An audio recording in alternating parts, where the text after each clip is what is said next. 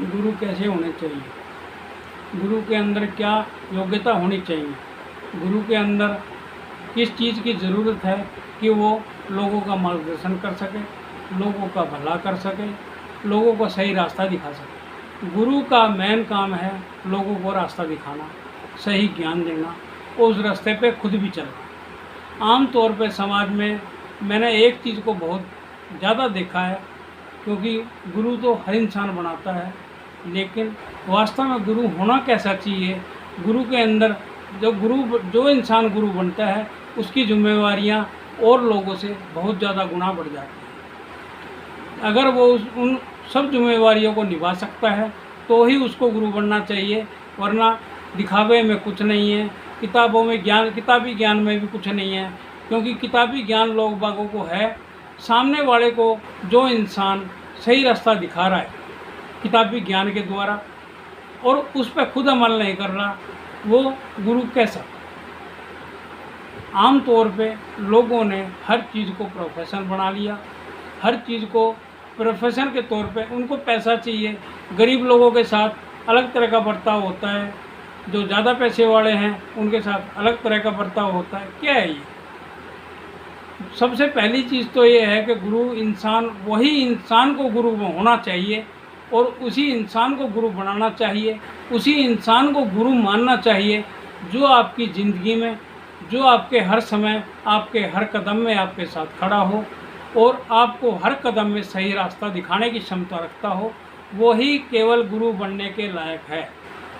आम तौर पे लोग बाग गुरु बनाने के बावजूद पूरी ज़िंदगी परेशान रह के ऐसे ही चले जाते हैं, लेकिन उनको कुछ हासिल नहीं होता, उनको गुरु से कुछ मिलता नहीं है। गुरु एक तरह का नहीं होता, यह आप भी जानते हो। सबसे पहले गुरु तो जो है हमारे माँ बाप होते हैं, जो हमारे को इस जीवन के बारे में सिखाते हैं। उसके बाद जो हमें किताबी ज्ञान देते हैं वो गुरु होते हैं, और तीसरे वो गुरु होते हैं जो हमारे को रूहानी ज्ञान देते हैं, और चौथे गुरु वो होते हैं और सच्चे गुरु वो होते हैं जो कि हमारे हर कदम में हमारे साथ खड़े हों, गुरु बनने की क्षमता हो और हमें सही रास्ता दिखाए और खुद भी उस पर अमल करे। आम तौर पे मैंने जो भी अब तक देखा है वो ये देखा है कि लोग बाग गुरु तो बन के बैठ जाते हैं, बातें तो बहुत ज्ञान की करते हैं, क्योंकि किताबी ज्ञान होता है या अपने गुरु से लिया हुआ ज्ञान होता है, लेकिन जो इंसान खुद उस पर अमल ना करता हो तो दूसरे को समझाने के लायक वो इंसान नहीं है। आम तौर पे मैंने यही देखा है कि दूसरों के लिए कुछ और बात होती है और खुद के लिए कुछ और बात होती है। आम तौर पे जितने भी गुरु हैं उनके यहाँ महात्मा भी होते हैं और बाइयाँ भी होती हैं। उनका काम केवल लोगों को मार्गदर्शन करना ही रहता है, क्योंकि उन्होंने जब अपना सब कुछ इस समाज से सारे रिश्ते नाते तोड़ लिए हैं, अपने परिवार से रिश्ते नाते तोड़ लिए हैं और सिर्फ केवल और केवल गुरु की शरण में चले गए हैं, तो उनका एक ही उद्देश्य रह जाता है भक्ति। अगर वो सच्ची भक्ति करें, सच्चे दिल से करें, बिना निस्वार्थ के करें और बिना किसी पैसे के लालच के सामने वालों का अगर वो रास्ता दिखाते हैं तो मैं उनको बिल्कुल सही मानता हूँ। अगर वो किसी लोभ लालच में या किसी दिखावे के अंदर आके दूसरों को ज्ञान दे रहे हैं, अगर वो उस पर खुद अमल नहीं कर रहे, तो ऐसे गुरु होने का कोई फ़ायदा नहीं है, ऐसे ज्ञान का कोई फ़ायदा नहीं है। ज्ञान तो वास्तव में वो होता है जो अंधेरे को दूर करता है। अंधेरे को दूर केवल वही ज्ञान कर सकता है जिसके अंदर, खुद के अंदर वो ज्ञान हो और उसके ऊपर वो पूरी तरह समर्पित हो और केवल सिर्फ उसी चीज़ पर रास्ते पे चले जिस रास्ते को वो दूसरों को दिखा रहा है, उस रास्ते पे भी अमल करे। तो गुरु बनना बहुत आसान है, लेकिन गुरु की मर्यादा को निभाना बहुत ही मुश्किल है, क्योंकि जो वास्तव में गुरु होगा, अगर उसके साथ एक इंसान जुड़ा हुआ है तो उसके दुख दर्द को भी समझेगा। 1,00,000 लोग जुड़े हुए हैं, उनके दुख दर्द को भी समझेगा, और करोड़ों लोग जुड़ जाएंगे तो उनके भी दुख दर्द को समझना, सुनना और उनका समाधान करना उस गुरु का कर्तव्य बनता है। क्योंकि गुरु कोई छोटी चीज़ नहीं होती है। जहाँ लोग बाग कहते हैं गुरु का स्थान भगवान से भी बड़ा है, गुरु का स्थान भगवान से बड़ा क्यों है? क्योंकि भगवान कभी भी किसी के सामने नहीं आते, लेकिन गुरु हमारे सामने होते हैं, हमारा मार्गदर्शन करते हैं और हमें सही वो रास्ता दिखाते हैं जिस चीज़ के लिए ये जन्म हुआ है। आम तौर पे लोग बाग मुक्ति के लिए गुरु का रास्ता अपनाते हैं और गुरु का काम ही है मुक्ति और भक्ति का रास्ता दिखाना। लेकिन लोग बाग इतने भ्रमित हैं, लोग बागों को हर चीज़ के लिए गुरु की ज़रूरत पड़ती है और ये सही बात नहीं है। इंसान को खुद का इतना भी अपना दिमाग का इस्तेमाल करना चाहिए कि मेरे लिए क्या सही है और क्या नहीं है। जो इंसान पूरी तरह से दूसरों के ऊपर डिपेंड हो जाता है वो किसी काम का नहीं रहता।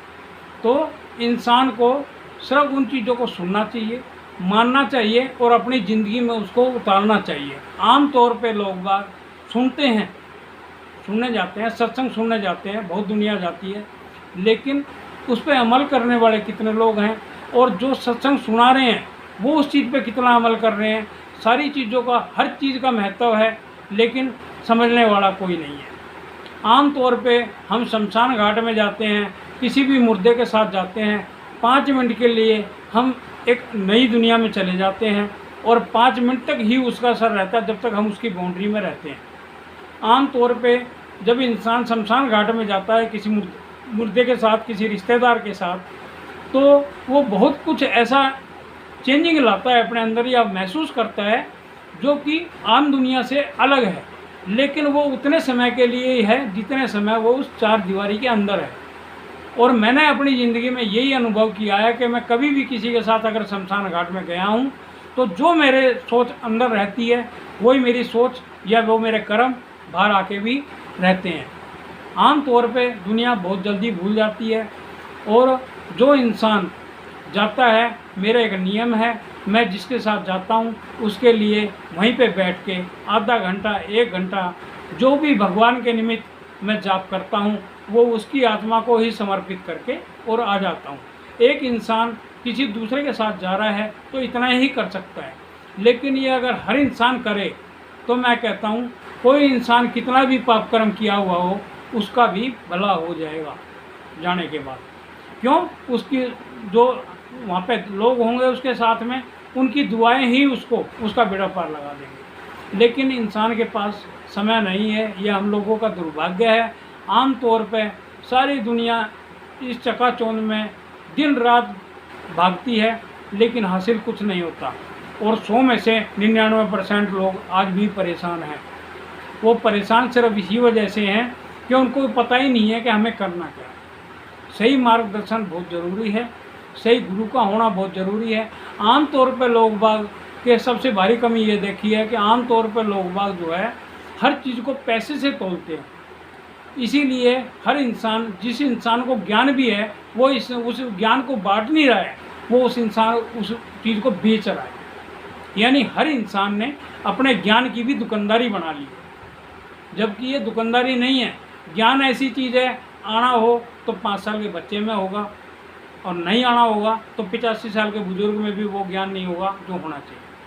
तो मेरा तो एक स्वभाव रहा है शुरू से कि अगर 5 साल के बच्चे से भी मैं कुछ सीख सकता हूँ तो मैं उससे भी ज्ञान ले लेता हूँ, और 85 साल के बुजुर्ग में भी ज्ञान नहीं है तो मैं उसको भी जयराम जी की कर देता हूँ।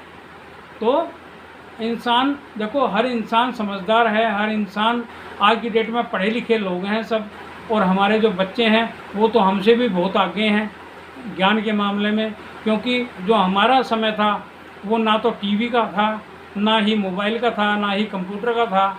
लेकिन अब जो नई नई चीज़ें अब बच्चे सीख रहे हैं, जो पैदा हो रहे हैं, पैदा होते के साथ उनको सब चीज़ें सुविधाएं मिल रही हैं, तो उनका ज्ञान हमारे से बहुत ज़्यादा है। लेकिन वो ज्ञान वो गलत रास्ते पे चलते हैं, गलत जो है चीज़ें सीखते हैं, क्योंकि हर चीज़ के 2 पहलू हैं। इंसान को इंटरनेट का ज़रिया मिला है तो उससे वो फ़ायदा भी उठा सकता है और नुकसान भी उठा सकता है।